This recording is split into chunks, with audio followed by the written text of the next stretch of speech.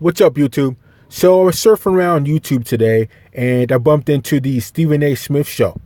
And he interviews callers and talks to callers. And one of his first callers talks about the AFC Championship game that happened this weekend with the New England Patriots beating the Kansas City Chiefs in overtime. And I think his second call is about, I think, the Adrien Broner fight against Manny Pacquiao. So let's listen on in and see what the callers have to say. To get 10% off your first order, 888-SAY-ESPN. It's 888-729-3776. Back to the phones we go. My man Carlton must be on vacation because I haven't heard him going off. About Bill Belichick. Stay tuned, stick around. It's Stephen A. Smith Show, ESPN Radio, ESPN News. Let's go back to it. Let's go to Bruce. You're live with Stephen A. Talk to me, Bruce. What's up, Stephen A., man? It's a pleasure, man. All right, go ahead, man. Hey, real quick. Yo, I'm a little surprised at your stance with the overtime stuff, man. Listen. Hold on. You're surprised at what? I'm sorry, I didn't understand you. Your stance on the overtime. Okay, go ahead. I'm surprised by your stance on the overtime. Got it. Okay. Because at the end of the day, you know what I saw yesterday? I saw two games. And in one of those games, I saw a team that went out back on October 30th and made a play to get a guy who made a difference in the overtime, right? Mm-hmm. That was Dante Fowler against a great quarterback. Mm-hmm. The defense gets played too. The Chiefs have the highest paid safety who had a chance to make a play. Mm-hmm. They also have the fourth highest paid player in his position, Justin Houston. I ain't hearing nothing about him. Right. So I'm trying to understand where you're coming from. Here's where I'm coming from with it. I believe that throughout the game, both folks should get an opportunity at it. I don't think that because it's overtime, all of a sudden a coin flip should determine anything because. Well, Stephen A. Smith is right on that. I think he is right. Overtime should work out in the NFL in the way of each team gets a chance to hold the ball. Because whoever wins a coin toss really determines probably who's going to win. Because both teams don't get a chance to showcase the offense and defense. So whoever wins a coin toss, the other team may have a stronger defense or they may have a stronger offense, and it may not get a chance to be showcased. So I think they should change the overtime rules in the NFL to have it being that both teams get to have the ball. Both teams get to showcase their talents. Granted, you shouldn't let it get to overtime to where you have to be sitting there praying and hoping that everything works out for you in overtime. You should be taking care of business the 4 quarters before overtime. If you take care of business, you won't have to worry about having things go your way or getting the coin flip during overtime. Take care of business. Even though both sides have a responsibility, both defense and offense, my position is I want to see both of them performing in overtime, not just one of them. I don't want an offense left off the hook. I don't want a defense let off the hook. I don't believe that the first score should win, meaning a touchdown. I believe that both teams should get a crack at it. That's all. But it happens in college. They both can't get a crack at it. Yes, they can. Yes, they can. No. They can. We choose not to. They do it to college kids. Yeah, the college kids. That's an arcade. Wait. You can say that all you want to. The fact of the matter is, college football is violent. College football is violent. You got kids playing college football. They have to be subjected to it. Why can't the pros? That's all. Because they are pros. And they get paid just like the offensive guys. Okay, well, it's a preference. But don't tell me the word can't. They can do what they want. They choose not to. Just like you know what? You can review calls if they allow the rules to review non-calls. You can do it. All right, they choose not to. You want to instant replay or review everything else? How many times have you found yourself wait for the next play to happen because the officials got to get together and they huddle for 5 minutes for something that should take 30 seconds? But they do it. Okay? So guess what? You can eradicate those rules in the first half, make sure that you can use something in the second half and in potential overtimes. Players make plays, Stephen A. I agree, that's obvious. Tell me the sky is blue, I'll be shocked. Of course you're right. But the point is that we're talking preference here. And I'm telling you my preference, like for last night. I would have loved to see New England's defense against Patrick Mahomes after Brady scored, as opposed to the game's over and we don't get to see Mahomes at all because Brady scored against a defense that ain't been a damn defense all year long, outside of the Indianapolis Colts game. That's my preference. I know what the rule states, and they lost fair and square, but that's my preference. Because I don't want to see Patrick Mahomes standing on the sideline, literally praying, please let me.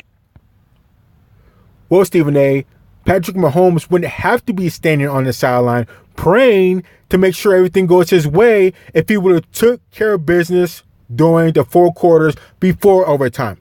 Granted, he had a good game. He went, 16 for 31 and 3 touchdowns. He did a good job. But obviously, you're playing against a Hall of Famer, possibly the GOAT, and Tom Brady, so you better bring your Super A game.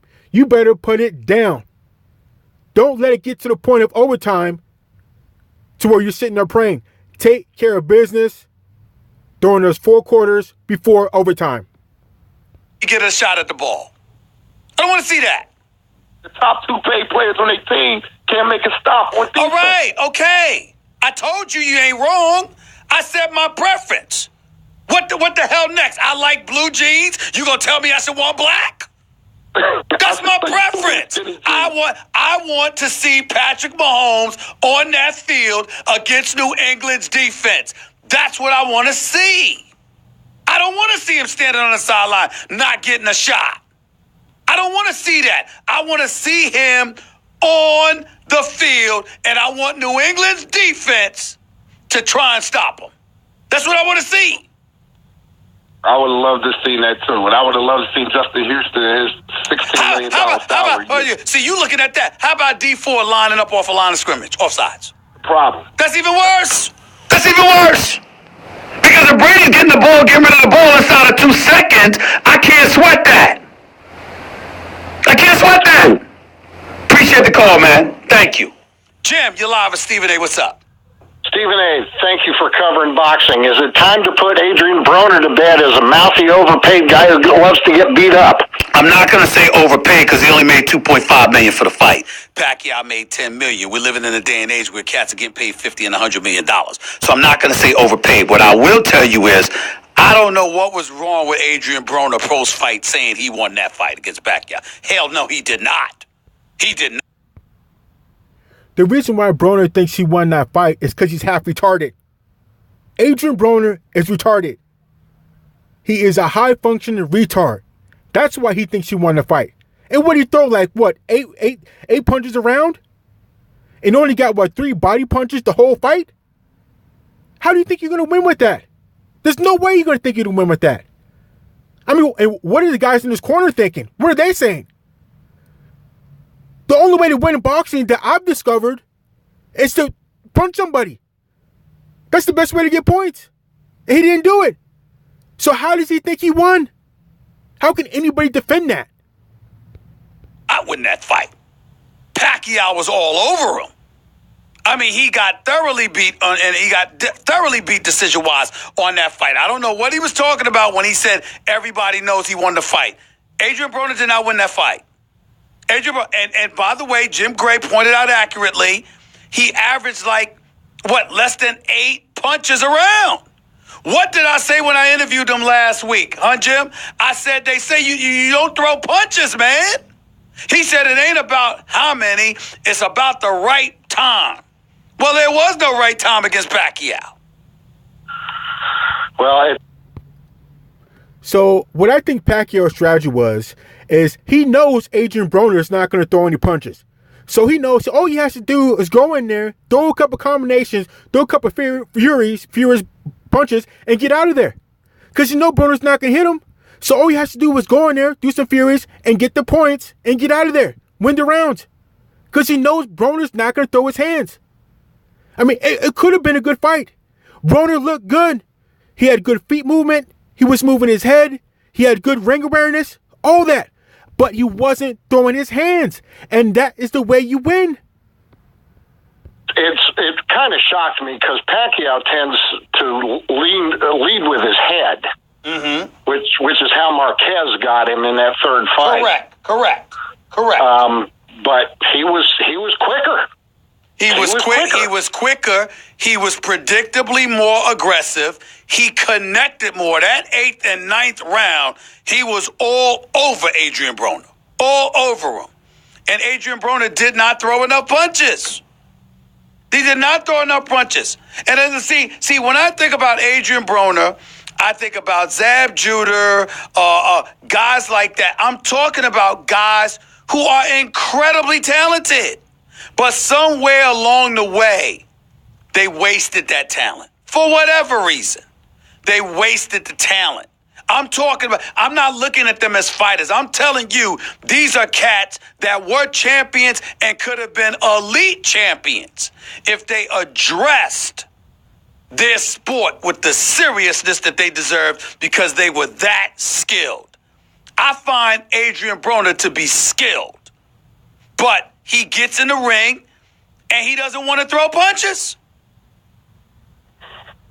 And I'm always shocked by that. You can't win a fight if you don't let your hands go. How about that? How about that, Jim? You're absolutely right. No argument here.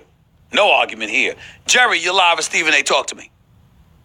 First-time caller. Can you hear me clearly? Because Yes, I have can, you on sir. speakerphone. Yes, Okay. I can, sir. Let me share a little information with you. Yesterday, the football game in New Orleans was one of the most important things in the state of Louisiana. I mean, you just cannot imagine the amount of passion that was in that stadium. I would say it was the loudest stadium in the history of sports. Okay. That's what the Saints mean to the city of New Orleans. Now, it's the worst football call in the history of football, in my opinion. The only thing that tops it is the Kansas City Royals winning the World Series against the Cardinals, when they got called safe at first base in Game 6. Now, this Roger Goodell, we haven't heard boo from him yet, but I believe that he owes the state of Louisiana an apology. I believe the officials should be fired today, and each Saints player, how many players you think the Saints have that are undrafted play? They must have 6 or 7 undrafted. All right. Making Okay. $500,000. What is your point? My point is that I believe these Saints players that should be getting a Super Bowl cut of $200,000 each player. That's nonsense, sir. This guy is absolutely ridiculous. I mean, he's got to be retarded to think that. I know people get emotional about their teams, but come on. How many people get screwed over in the playoffs? How many have good calls, bad calls? Because I bet you if it went the other way around, he would have been saying, oh, you know what? Those guys really got screwed over. Let's give the other team, $250,000 apiece because it was a bad call. Even though my team's going on to the Super Bowl. I mean, come on. That's nonsense.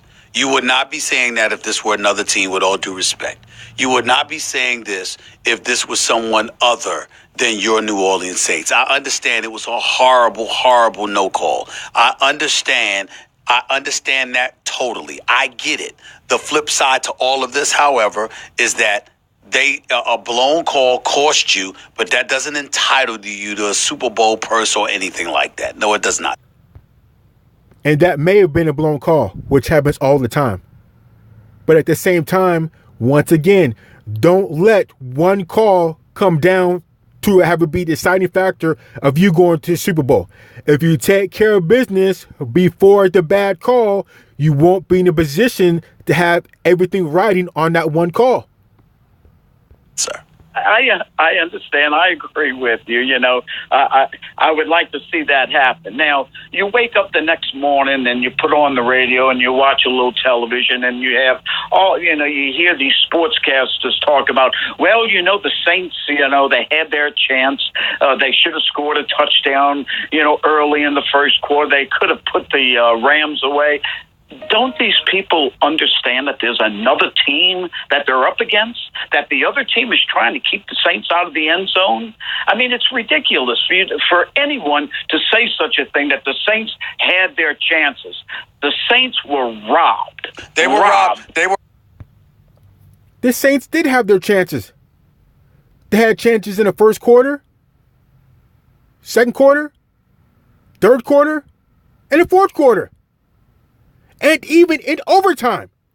But what happened? What happened? The guy doesn't want to talk about that. Rob yesterday on a no call, but they were things that they did to hurt themselves as well. Michael Thomas was under lock and key. They couldn't run the ball effectively. Sean Payton could have made better decisions. Coaching yesterday, Drew Brees could have had a better game. Let's not take complete credit away from the Los Angeles Rams, who played their tails off. Wade Phillips had a tremendous game plan. Aqib Talib had Michael Thomas on lockdown. Marcus Peters showed up, determined to make amends for what happened to him during the regular season. And Dominican Sue and Aaron Donald and those boys played big. Fowler, a key. We're forgetting the fact that in overtime, it was Fowler that caused that interception by getting a hold of Drew Brees' arm and, interrupting his pass, which ultimately was intercepted. The Rams did a lot to win this game as well. Let's show the Los Angeles Rams the respect that they deserve. I do believe that the Saints were robbed because that game should have been over in regulation. But it's something to be said about the Rams to come into the very confines There is something to be said about the Rams going in there and holding it down. There is something to be said about that. And they have a young quarterback too. There's a lot to be said about that. So it wasn't just a bad call. The Rams did their part. They did their part. described, sir, and to make that a game and to force New Orleans in a situation where they would need a right call by the officials in order to win in such hostile confines, and then to get it done in overtime. And how about the kicker Zerline with two big-time kicks, one to end regulation, one near the end of regulation, rather, and one in overtime to win it. There's a lot that the Rams did good to earn this victory, and let's not disrespect them. That's all I'm saying.